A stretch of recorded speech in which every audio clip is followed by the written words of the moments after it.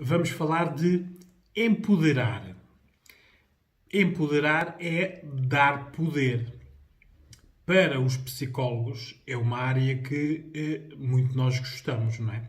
Porque não há maior satisfação para a nossa profissão do que uma pessoa entrar no antes sendo o que ela é e sair no depois da nossa intervenção, sendo ela outra pessoa. Sendo outra pessoa a que ela queria ser quando entrou lá a primeira vez. Não é? Esse empoderamento é uma recompensa, não é? Para nós. Porque é sinal de que o nosso trabalho surtiu efeito na pessoa. Não é? Por isso, o empoderamento é algo que é uma ferramenta, é uma ajuda que nós damos a alguém que no momento pode não ter poder, ou no momento pode ter o poder e não o saber usar, ou no momento ter o poder e não saber que tem esse poder. Não é? Porque isto tem muito a ver com a autoestima da pessoa. E, se andarmos para trás, desde o seu nascimento, com o contexto. Não é? Porque a pessoa, quando nasce, à criança é dado todas as possibilidades para ela ganhar poder, independentemente do contexto sociocultural e financeiro. Não é? Qualquer bebé, desde que sai da barriga, tudo o que faz, todos os segundos, é ganhar poder. Poder de respirar, poder de comer, poder de andar, poder de aprender, poder... Não é? Estamos sempre a ganhar. O ser humano tem um bocado essa característica, que é nós conseguimos estar a ganhar poder e a determinado momento pararmos de ganhar esse poder, não é? E passarmos a dar poder, não é? São decisões de contextos de vida, aí as condições socioculturais e económicas têm grande influência, decisões que muitas vezes tomamos e que mais tarde nos arrependemos. Por isso, o empoderar é encontrar alguém que precisa de ajuda, não é? Porque geralmente o empoderamento vem de fora. O autoempoderamento só existe em situações em que a pessoa é muito resiliente, tem muita força de vontade, mas são casos excepcionais, não é? Dar poder a uma pessoa tem a possibilidade de nós primeiro descobrirmos o poder que ela tem, não é? Porque todos nós temos poder. Podemos não saber que o temos, ou podemos nunca ter usado esse poder, não é? Nunca ter ouvido a oportunidade para. Uma coisa, as pessoas a quem nós damos poder sabem, é que perderam poder. Por isso, na psicologia, o que nós precisamos aqui para empoderar primeiro é andar para trás e ver onde é que a pessoa perdeu o poder. Qual foi aquele momento em que, sendo nós crianças, adolescentes, adultos, estamos sempre numa tentativa biológica, porque temos essa pulsão de ganhar poder, quando é que a pessoa abdicou de ter poder, não é?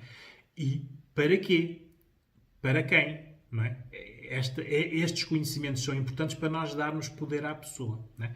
Uma coisa é certa, o dar poder tem a possibilidade de nós estamos a empoderar aquela pessoa e ela sabendo que tem o poder, ela depois empodera outras. Por isso tem o efeito de contágio. É a vantagem do empoderamento. Né? Associa-se muito aqui o empoderamento ao género feminino. O que tem alguma lógica pela via cultural, visto que durante muito tempo a mulher era dominada pelo homem. Não é? Por isso, daí ter que se dar poder à mulher. Hoje em dia temos aqui vários cenários. Não é? Temos mulheres que não têm poder porque continuam culturalmente a ser dominadas. Temos as mulheres que se emanciparam e têm poder, por isso recolhem e usam poder. E temos as mulheres que se emanciparam também, por isso sabem o que é o poder, mas não o utilizam. Por diversas circunstâncias, não é? É isto tudo que nós temos que saber para empoderar. O poder é dado a uma pessoa, tem que haver um início, não é? E geralmente passa por um pedido de ajuda. o pedido de ajuda a pessoa pode fazer conforme os contextos. Não é? Se for vítima, às autoridades, é necessário esse passo para mudar o contexto. À família, né? Quando a pessoa precisa e não tem, a família é a rede de apoio, o suporte mais perto que tem, se o tiver, e a ajuda especializada. Pessoas que, por exemplo, não consigam ir às autoridades, por diversas razões, que não tenham família e que precisem de ajuda. Neste caso, existe a ajuda especializada, que está disponível em várias organizações, e muitas vezes até de forma gratuita. Não é? O problema é dar o passo, é ter o poder para dar esse passo. Há pessoas que não têm esse poder, não é? Porque nós temos a sorte de ter a nossa vida organizada, temos uma rede de suporte familiar, termos amigos, temos emprego, sermos bonitos, sermos elegantes, sermos inteligentes. As pessoas que têm estas sortes não compreendem muito bem o empoderamento da outra pessoa, porque acham que se elas têm, as outras pessoas também podem ter. O que não é verdade, não é? Há crianças que nascem em meios e contextos socioeconómicos muito maus, não é? Ficam logo sem o poder do conhecimento, né? Da aprendizagem, apesar de ser obrigatória em Portugal a escolaridade, não é? Se a pessoa está na escola, mas não está a aprender, porque volta para casa e o contexto é de pessoas que não aprenderam, porque a cultura é quase dada por geneticamente, né? Os pais que aprendem ensinam os filhos a aprender, os pais que não aprenderam, muitas vezes por insegurança e por medos, porque não querem que os filhos saibam mais, também lhes cortam um bocado dessas oportunidades. Por isso aqui a cultura é logo um fator de a pessoa ficar sem poder. Um poder, não é? Aqui na parte cultural nós depois vemos muitas situações que são realmente dramáticas, não é? Começa, por exemplo, o engravidamento das adolescentes, não é? Que muitas vezes tem um bocado a ver com esta falta de cultura. Depois as inseguranças que têm de não saberem ser mães, não é? Que tem um bocado a ver também de não terem o apoio para o parto, não têm escolaridade, por isso geralmente os empregos que têm são sempre empregos mal pagos e muito dependentes de poderes externos, não é? Geralmente patrões que abusam. Estes contextos são muito complicados porque depois a pessoa passa daqui da criança, adolescente e adultos e só conhece isto, não é? Chega a um ponto em que só por comparação é que consegue ver que não tem poder, mas não consegue ter poder, não é? Porque não tem as condições para o ser. Não é? Por isso, nós temos o poder de mudar. Agora, esse poder tem um bocado a ver com as nossas necessidades, os nossos contextos e até as oportunidades. Não é? Uma vítima, por exemplo, tem muita dificuldade em pedir ajuda, não é? Porque o agressor fez o empoderamento ao contrário, retirou o poder, não é? Isolou-a, recortou-lhe os laços familiares e de amizades, vai diminuindo a autoestima da vítima, nos abusos, emparelha aqui o abuso com o amor, quer dizer que para muitas das vítimas a pessoa ser agressiva e bater e controlar é uma forma de amor, por isso tudo isto vai diminuindo a pessoa, não é? Aqui estamos a falar de um agressor, mas isto aqui há situações que se passam, por exemplo, dentro das famílias, quando, por exemplo, a educação é muito autoritária, não é? Quando a educação é muito autoritária, não se dá o poder aos filhos, não é? Controla-se, vigia-se. Há aqui muitas maneiras da pessoa perder o poder. O importante na ajuda especializada, nos psicólogos, por exemplo, em consultório, é nós sabermos o ponto em que houve o fim de ganhar poder. Né? Aí é que é importante. Por isso, o empoderamento, a desconstrução da palavra é dar poder, dar oportunidade, dar força, aqui força no sentido de esperança, algo que pode mudar, não é? Ou dar assertividade. Porque muitas vezes as pessoas acham que nós só podemos empoderar pessoas que não têm poder, o que não é verdade, não é? Pessoas com muito poder muitas vezes pedem ajuda especializada no sentido de serem mais assertivos, saberem usar esse poder. Atletas de autocompetição, por exemplo, grandes empresários que têm muitos negócios e muitos funcionários, não é? Quando a dimensão é enorme, a pessoa tem muito poder e muitas vezes não o sabe utilizar. As tais lacunas que tem e aí procuram ajuda, certo? Aqui o poder, nós podemos ganhar ou perder poder cultural, de aprendizagem. Né? Nós podemos aprender ou não aprender. Quando não aprendemos, estamos a retirar-nos um poder. Estamos a tirar o poder ao eu. Né? Ficamos com baixa autoestima. Por isso, baixa autoestima, mais permeáveis, mais influenciáveis por os outros. Né? Estamos a dar poder ao emocional. Né? Dar ou retirar, não é? Porque muitas vezes quando nós emocionalmente retiramos poder à pessoa, a pessoa fica com as emoções mais básicas que existem, que são quais as instintivas, não é? Tristeza, o medo, e não sabe gerir as suas emoções, não é? Por isso, como não sabe gerir as suas emoções, não tem poder.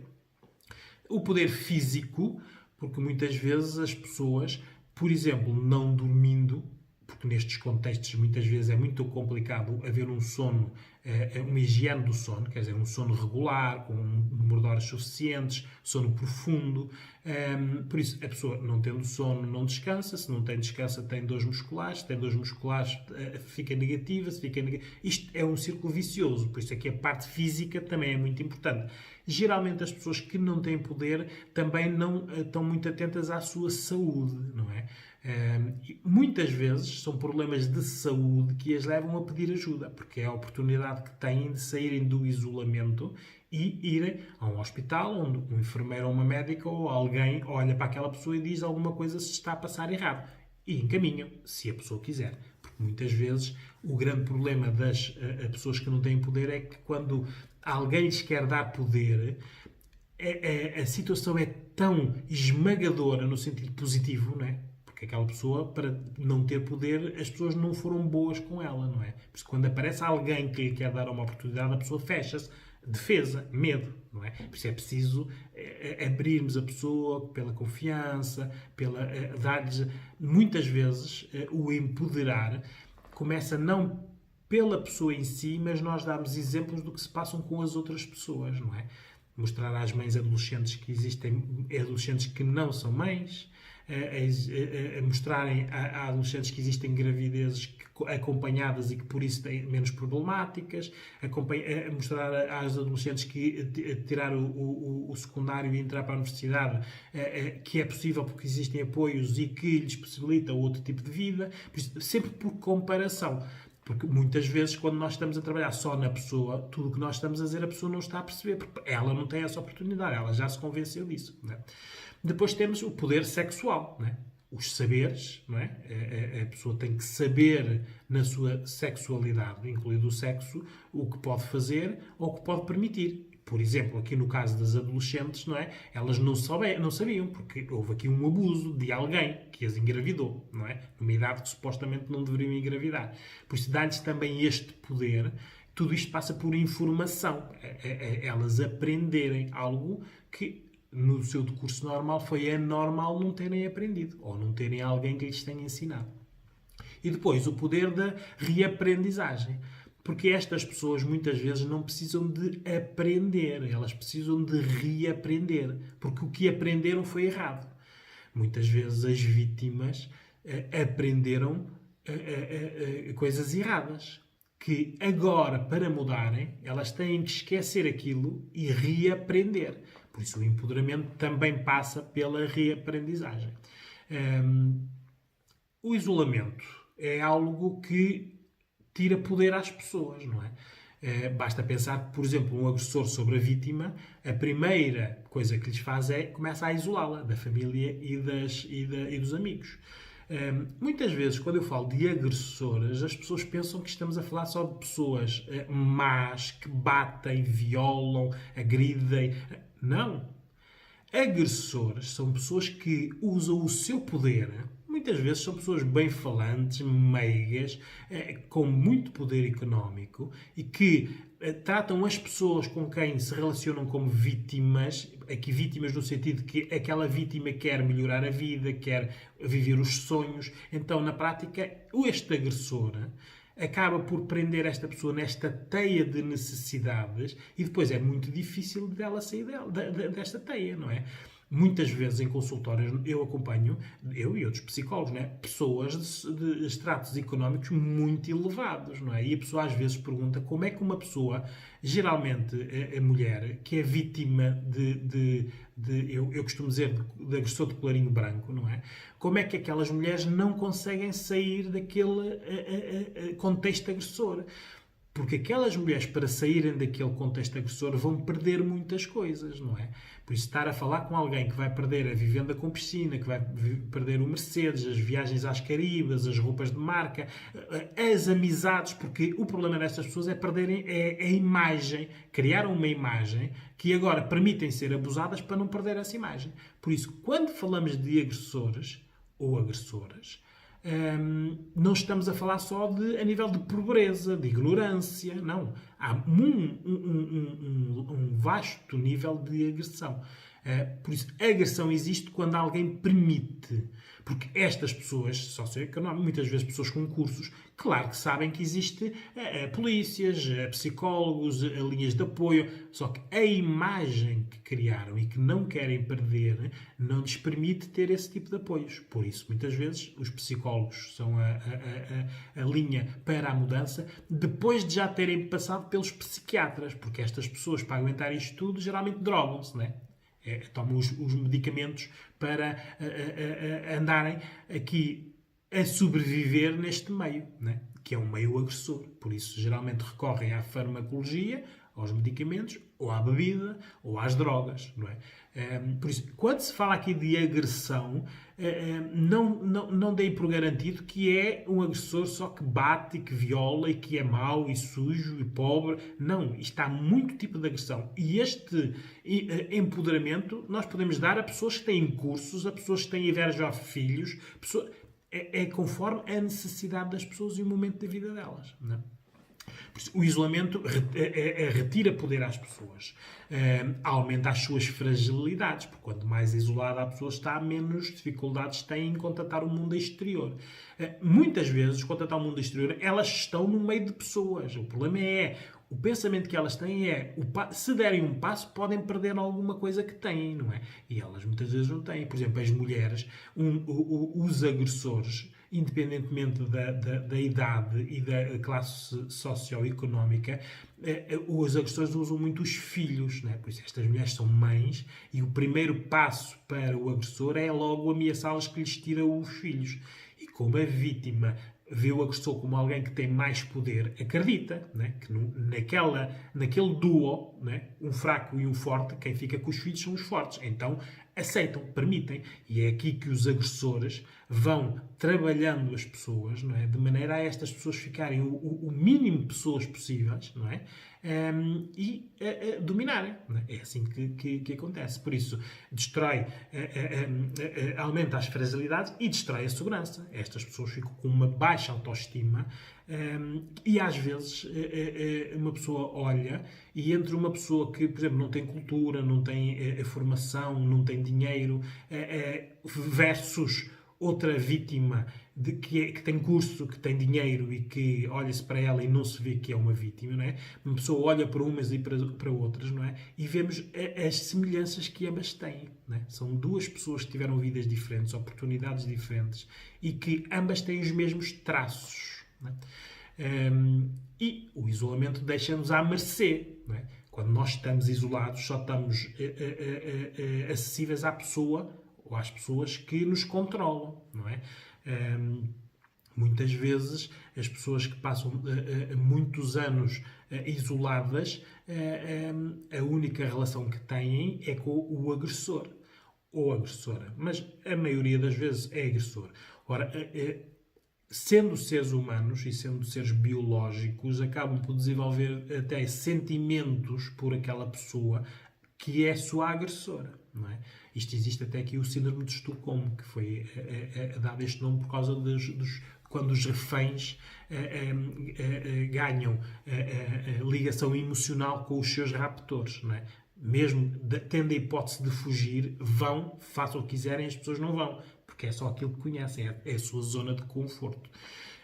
Por isso, empoderar é pegar nestas pessoas, não é? E trabalhar a pessoa de maneira a ela mudar, não é? É um processo muito complicado, não é? Por isso, o combater aqui passa sempre por um pedido de ajuda. O pedido de ajuda pode vir por a pessoa estar em situações limites em que realmente pode estar a sua vida e a dos seus filhos em jogo. Pedem ajuda às autoridades ou aos médicos e enfermeiros que estão na linha da frente. Podem ser pessoas que pedem ajuda porque, por comparação, por exemplo, estas pessoas de classes económicas mais elevadas já têm os filhos formados, os filhos já são adultos e já saíram de casa, por isso, na prática, já os conseguiram proteger, eles já não estão no contexto agressivo, então chega um momento em que querem elas sair desse contexto, não é? O pedido de ajuda começa por aí, mas sempre por garantir primeiro que quem amam, neste caso os filhos, estão seguros, não é? Estão longe do agressor. Isto é preciso para haver o empoderamento, mudar as mentalidades, não é? Porque numa sociedade machista, a maioria das pessoas que retira poder e que agride são homens. A maioria.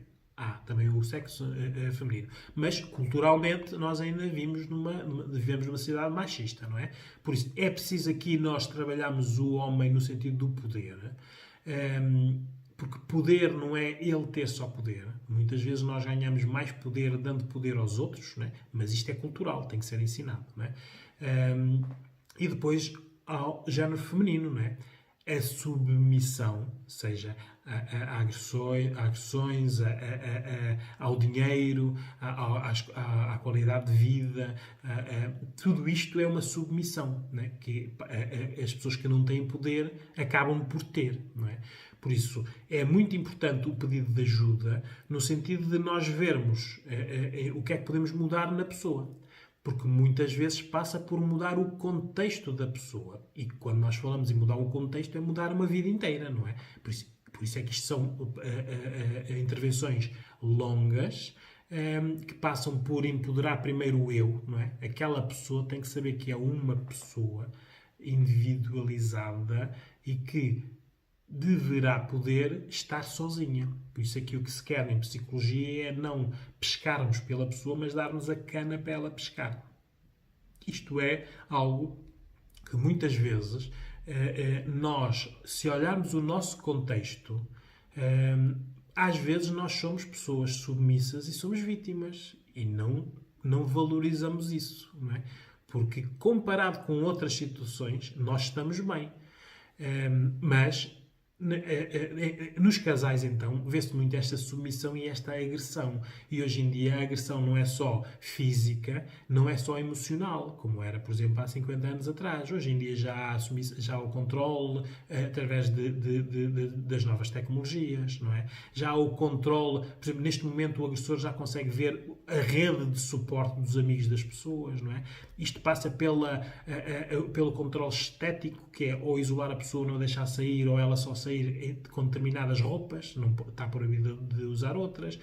Isto é cada vez mais, por isso o poder ganha cada vez mais ferramentas para a vítima se sentir cada vez mais isolada. E nesse caso, até quanto mais isolada, menos pedido de ajuda consegue.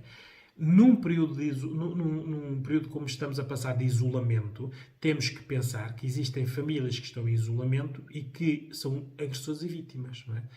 E repito, atentem bem nisto porque é importante. Agressores e vítimas não é só entre pessoas que têm muito poder ou pouco poder, entre pessoas ricas e pessoas pobres. Isto aqui é a diferença de poderes. Muitas vezes até pode haver o abuso cultural. Uma pessoa que é muito culta, estando com outra pessoa que não é culta. E no dia-a-dia a agressão existe. Por isso, isto é só quando há um desequilíbrio de poderes é que nós podemos dizer que há aqui contextos que fomentam a agressão, o conflito e retira poder. Por isso é que nós temos que empoderar. Por isso, uma pessoa com mais poder, e isto é importante, é quando nós empoderamos uma pessoa, ela depois vai ensinar o seu contexto, as pessoas que ama, a terem mais poder. E este é o bom do empoderamento, não é? É dar mais poder a quem quer poder, merece poder e devia ter poder. Por isso, se virem alguém que precisa de ajuda, a primeira situação é vocês aproximem-se e deem-lhes poder. Porque, por exemplo, dar um abraço é um grande poder.